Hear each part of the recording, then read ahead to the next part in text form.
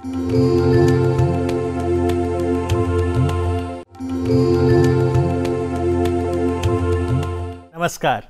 चीन के वुहान शहर से कोरोना वायरस की शुरुआत हुई और फिर विश्व के 80 देशों में ये वायरस फैला। भारत में भी कुछ केसेस रिपोर्ट किए गए हैं और इसलिए आवश्यक है कि हम इस संक्रमण के रोकथाम के प्रति सजग हों। आज हमारे साथ डॉक्टर राम मनोहर लोहिया नई दिल्ली के 2 विशेषज्ञ मौजूद हैं। आइए उनका परिचय आपसे कराऊं।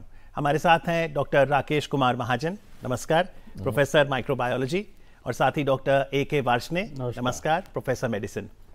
तो सबसे पहले मैं डॉक्टर महाजन आपसे पूछना चाहूँगा कि हम अलग अलग नाम सुनते हैं, कोविड-19, corona virus, novel corona virus, तो इसको कैसे समझें हम?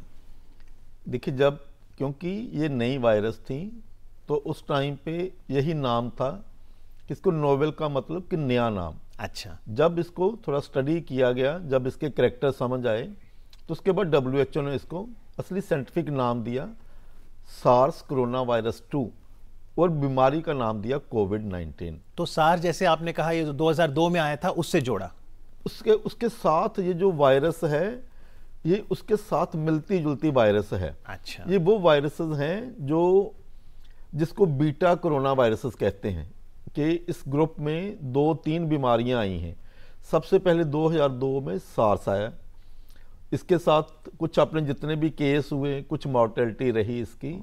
उसके बाद 2013 के आसपास एक MERS आता है, वायरस थी, वो भी इसी ग्रुप की वायरस थी, कोरोना वायरस से ही जी। Middle east respiratory syndrome virus. उसके बाद ये थर्ड वायरस आई थी जी। तो इसका जो सिमिलैरिटी है वो लगा कि जो सार्स वायरस 2002 वाली है। तो क्या फिर कोरोना वायरस 2019 भी रेस्पिरेटरी वायरस ही है? बिल्कुल, देखिए ये एक रेस्पिरेटरी वायरस है। एक्चुअली देखा जाए तो जो ह्यूमन कोरोना वायरस है, अच्छा, ये तो 1960 में के दशक में डायग्नोज हुआ था। अच्छा। और जो नॉर्मल हमारा सर्दी खांसी जुकाम है, अच्छा, 10% केस उसमें कोरोना वायरस से होते हैं। अच्छा। किसी को पता ही नहीं कि ये कोरोना वायरस, तो उसका ह्यूमन कोरोना वायरस है। परंतु ये एक जूनोटिक डिजीज होती है। एनिमल में भी ये वायरस रहते हैं, कोरोना वायरस, और कई बार एनिमल से वो जो हैंडलर्स होते हैं, एनिमल के हैंडलर होते हैं लोग, उनमें माइग्रेट कर जाते हैं। तो इस कोरोना वायरस कोविड का पता लगा है अब तक, ओरिजिन कहाँ से है? फिर देखिए, अभी पूरी तरीके से तो नहीं कह सकते, परंतु जितने भी ये वायरस हैं बीटा ग्रुप के, जो डॉक्टर साहब ने कहा, ये सब बैट से आए। Bat is the primary source. अच्छा। फिर ट्रांजिट सोर्स होता है। तो कई बार जैसे जो सार्स का वायरस आया था उस समय जो है cat was the transit source. जब मर्स का वायरस आया था तो camel was the source. This time there is a possibility of the snake and all that, but still they have not identified. लेकिन आप कहेंगे कि घबराने की बात नहीं है, पैनिक नहीं करना चाहिए? देखिए, अगर सीवियरिटी के हिसाब से कहा जाए तो मर्स जो वायरस था वो सबसे ज्यादा सीवियर था। स्प्रेड कम हुआ था। अच्छा। परंतु उसमें मोर्टिलिटी रेट 25% तक गई थी। अच्छा। जो सार्स वायरस था वो भी कम स्प्रेड हुआ था, मोर्टिलिटी रेट 10% तक गई थी। ये वायरस बहुत तेजी से फैल रहा है, परंतु जो मोर्टिलिटी रेट है, वो केस फर्टिलिटी जिसको, वो लगभग 3%। तो जैसा डॉक्टर साहब ने कहा कि बहुत जरूरी है कि घबराहट ना हो और सावधानी हम बरतें। 23978046। तो डॉक्टर महाजन, ये फोन हम कौन इस पे फोन कर सकता है, क्या लाभ होगा? इसको कहते हैं कंट्रोल रूम हेल्पलाइन नंबर। इसमें पूरे देश से कोई भी आदमी जिसको किसी तरह का कोई संशय है, किसी तरह का कोई डाउट है कि भी मेरा कांटेक्ट हुआ है या उसने कहाँ पे रिपोर्ट करना है। अच्छा। हम ये चाहते हैं, जब हम कंटेनमेंट की बात करते हैं कि इसको हमने बीमारी को आगे किसी एक से दूसरी जगह दूसरे आदमी को बचाने से रोकना है। ठीक है। हम ये चाहते हैं कि जो भी सस्पेक्ट है वो बहुत से मरीजों के साथ मिले ना। यदि वो हॉस्पिटल में भी आना है तो जैसे हमारे RML हॉस्पिटल में एक अलग से हमने टेस्टिंग, आज से एक टेस्टिंग सेंटर भी अलग से खोला है। अच्छा। और उसका आइसोलेशन वार्ड है। अच्छा। तो वहां से कहाँ जाना है? कई बार पेशेंट का ये है कि मुझे तकलीफ है या मुझे कुछ डाउट है कि मेरा किसी से कांटेक्ट हुआ है या मुझे ये प्रॉब्लम आ रही है, तो मैं जाऊं कहाँ? ठीक है। कि मेरी कौन हेल्प करेगा जी? क्या इसमें मेरा क्या खर्चा आएगा या क्या होगा मेरे साथ? तो ये नेशनल कंट्रोल सेंटर है, ये सेंट्रल सेंटर है। यहाँ से उनको पूरी इंफॉर्मेशन की क्या करना है, कहाँ पेशेंट जा सकता है, कहाँ पे उसका सैंपल कलेक्ट होगा, हर तरह की मदद के लिए और भी कोई क्वेरी हो वो भी इस नंबर से एड्रेस कर सकते हैं। तो डॉक्टर वार्ष्णेय, मुझे लगता है एक क्वेरी तो बहुत से लोगों की होगी कि कौन से लक्षण हो कि मैं ये सोचूं कि कहीं मुझे कोरोना वायरस का संक्रमण तो नहीं हो गया। देखिए, सबसे जरूरी तो ये है कि लक्षण तो सिंपल जैसे फ्लू होता है उसी जैसे होता है। अच्छा। सर्दी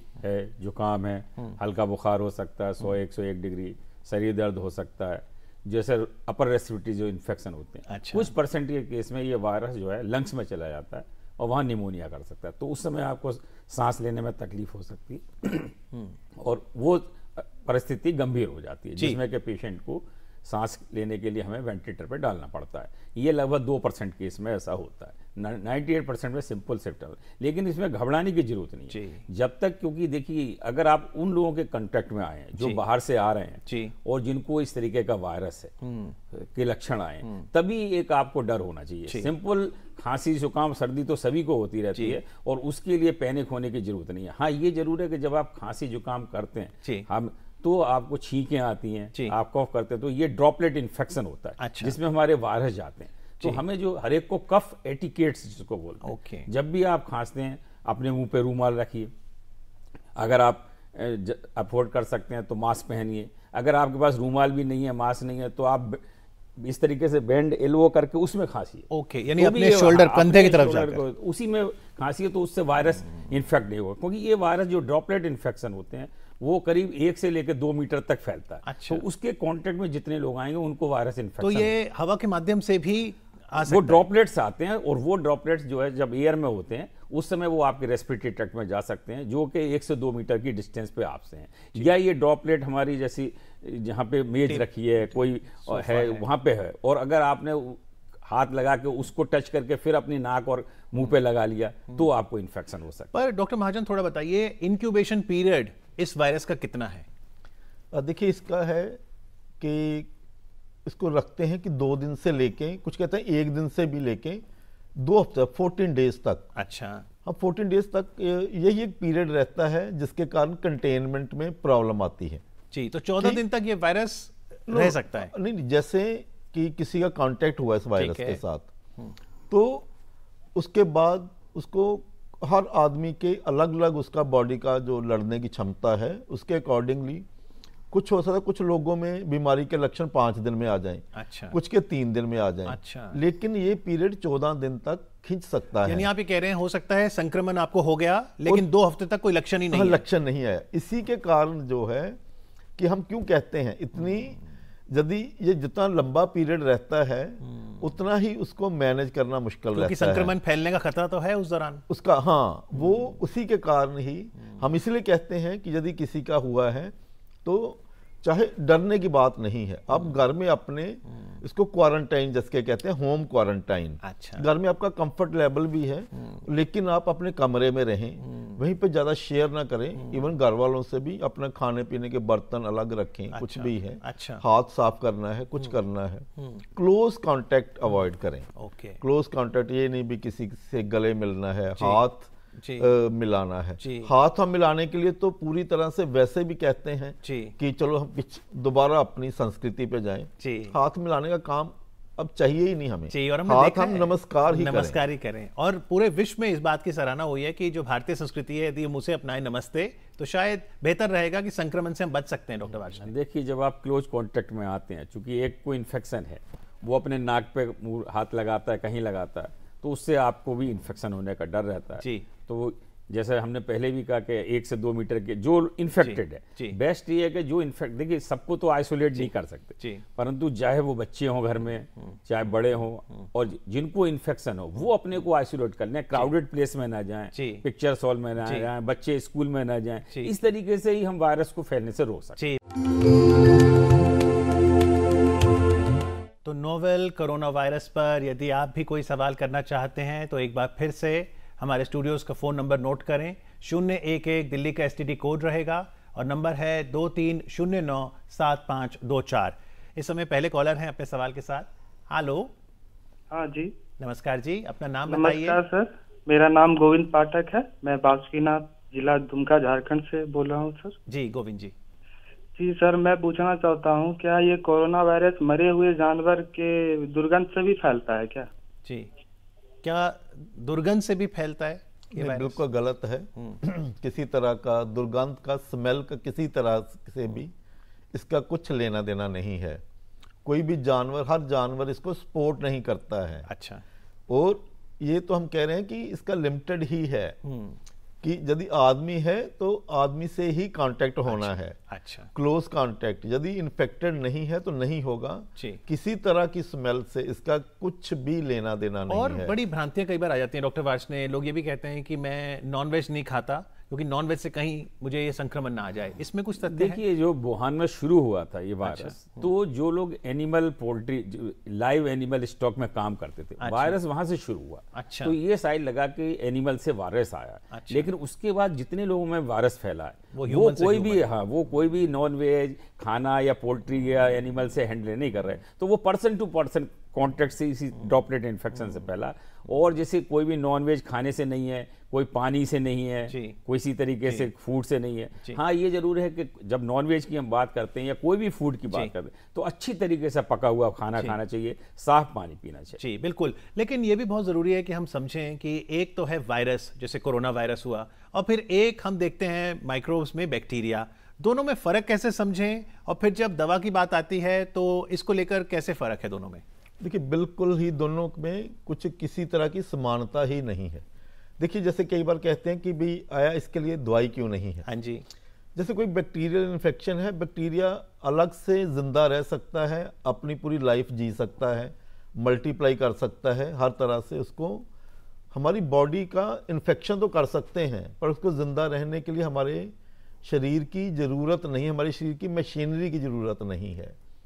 वायरस को यदि सरवाइव करना है, वो चाहे हमारे बॉडी की मशीनरी है, चाहे किसी जानवर के सेल की मशीनरी है, वो उसी पे काम चलेगा, वो तभी मल्टीप्लाई करेगी। तो दोनों में से हम कहें बैक्टीरिया ज्यादा डेंजरस है फिर? नहीं, दोनों ही डेंजरस है। हम तो अच्छा। बैक्टीरिया तो बहुत, जैसे हमारी जिंदगी बैक्टीरिया के बिना पॉसिबल ही नहीं है। अच्छे बैक्टीरिया भी होते हैं हमारे इंटेस्टाइन में आजकल कुछ बीमारियों का इलाज बैक्टीरिया दे के होता है। अच्छा। जैसे क्लॉस्ट्रिडियम डिफिकल की इन्फेक्शन होती है, उसमें एक इलाज है कि बैक्टीरिया को दिया जाए ताकि उसको ठीक कर सकें। लेकिन इसमें इम्पॉर्टेंट बात ये है कि जैसे बैक्टीरियल इन्फेक्शन के लिए हम एंटीबायोटिक्स देते हैं जी। वो वायरसेस पे काम नहीं करेंगे। अच्छा। इसलिए कई बार कि लोग, जैसे कुछ छींक आई, कुछ हुआ, तो बहुत सा एंटीबायोटिक मिस यूज होता है। अच्छा। उसका वायरल इन्फेक्शन में तो कोई फायदा नहीं रहता है, लेकिन वो ड्रग रेजिस्टेंस जो है, जो कहते हैं दवाइयों की हमारे लिए अवेलेबिलिटी का स्कोप कम हो रहा है, वो दवाइयां काम करना बंद कर रही हैं। इसलिए कोई भी एंटीबायोटिक लेने से पहले जी आप डॉक्टर से जरूर संपर्क करें। जी बिल्कुल। तो जो बैक्टीरिया की जहाँ तक बात है उसमें हम एंटीबायोटिक का इस्तेमाल करते हैं, डॉक्टर्स कहते हैं, लेकिन वायरस की लड़ाई में ऐसा नहीं होगा। तो डॉक्टर साहब, जैसे हम देख रहे हैं कि सरकार भी प्रयास ले रही है कि इंटरनेशनल फ्लाइट से अब कोई भी पैसेंजर आएगा उसकी स्क्रीनिंग होगी, तो इसकी स्क्रीनिंग कैसे होगी ये मैं आपसे पूछूंगा। फिलहाल उत्तर प्रदेश से एक और कॉलर हैं। हेलो। हेलो जी नमस्कार। जी नमस्कार। कौन बोल रहे हैं? मैं सूरज कुमार बोल रहा हूँ, डिस्ट्रिक्ट लखीमपुर यूपी से। जी सूरज जी, सवाल पूछिए। हाँ जी, मैं जानकारी चाहता हूँ कि 2-3 दिन से मेरे को बुखार आ रहा, सिर दर्द हो रही है और पैरों में दर्द। डॉक्टर साहब देखिए, ये किसी कांटेक्ट में नहीं है। सिंपल, मैंने पहले भी कहा था, सर्दी जुकाम बुखार सिर दर्द 85 चीजों से होते हैं, इनको कोई घबराने की जरूरत नहीं है। सिंपल बुखार के लिए पैरासीटामोल ले सकते हैं। बाकी अपने नजदीकी डॉक्टर से कंसल्ट करें, वो इनको रीअश्योर करेंगे। और ज्यादातर शायद ही कोई हमारे इंडिया में ऐसा हो जिसको कभी सर्दी जुकाम खांसी ना हुआ, तो ये सेल्फ लिमिटिंग होते हैं वायरल डिजीज, तो 5-7 दिन में ठीक हो पता कैसे लगे कि फिर कहीं कोरोना वायरस तो नहीं है? मैं इसीलिए कह रहा हूँ कि कोरोना वायरस का सबसे पहला तो है कि जो व्यक्ति बाहर से आ रहे हैं, अच्छा, और जिनको कोरोना वायरस लेकर, इसीलिए गवर्नमेंट ने उसको प्रीएम्प्ट करने के लिए स्क्रीनिंग रखी, जो आपने पहले क्वेश्चन किया था।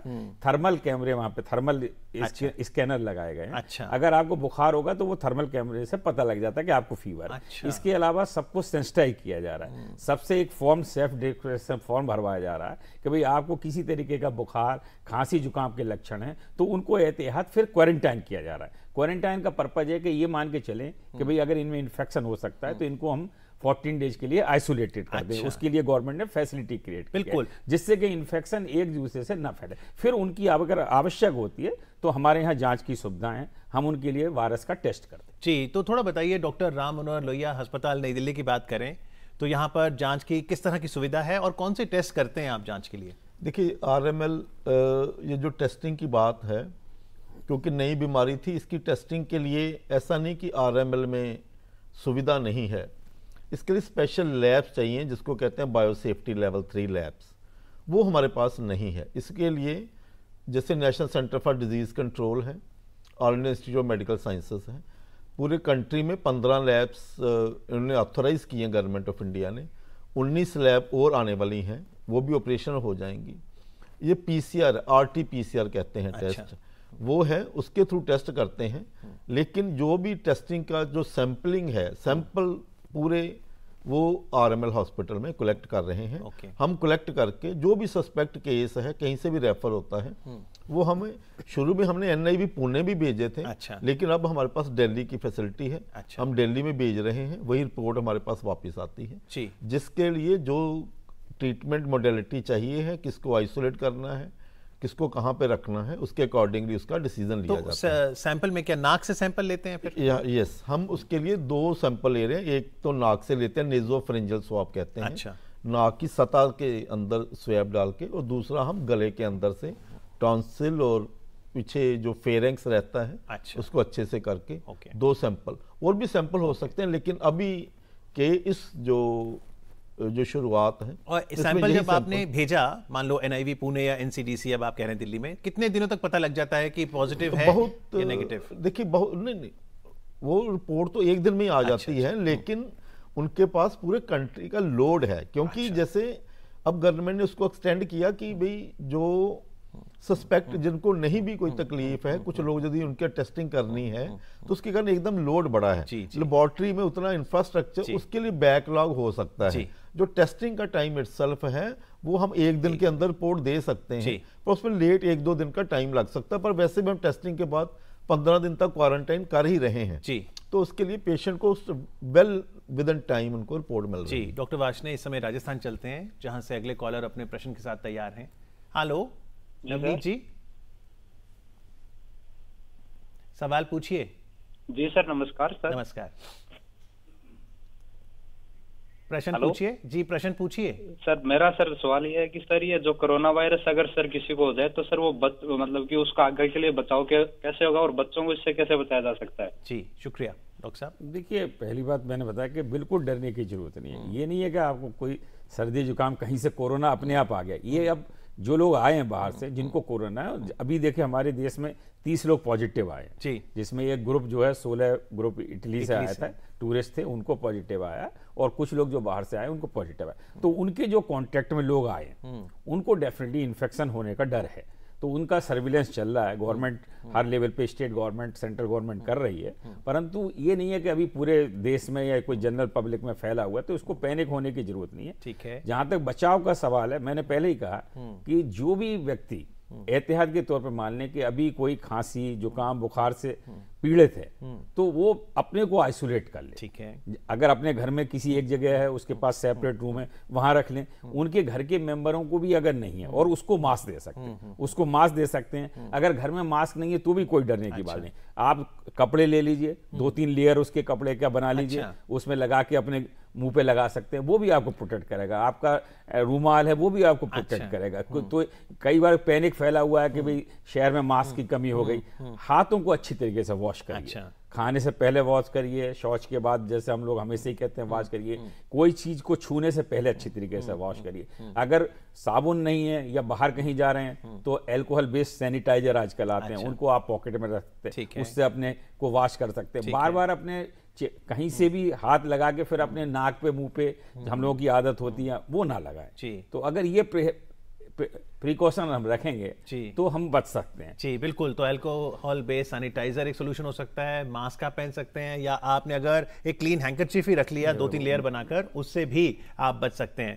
पर जैसे आप माइक्रोबायोलॉजी के प्रोफेसर हैं RML अस्पताल में, माइक्रोब्स को आप कैसे देखते हैं? अगर हम लार्जर पिक्चर देखें तो हम क्या सीखें कि प्रकृति में जहां पर मानव है एवोल्यूशन में सबसे ऊपर, वहां माइक्रोब्स भी रहेंगे?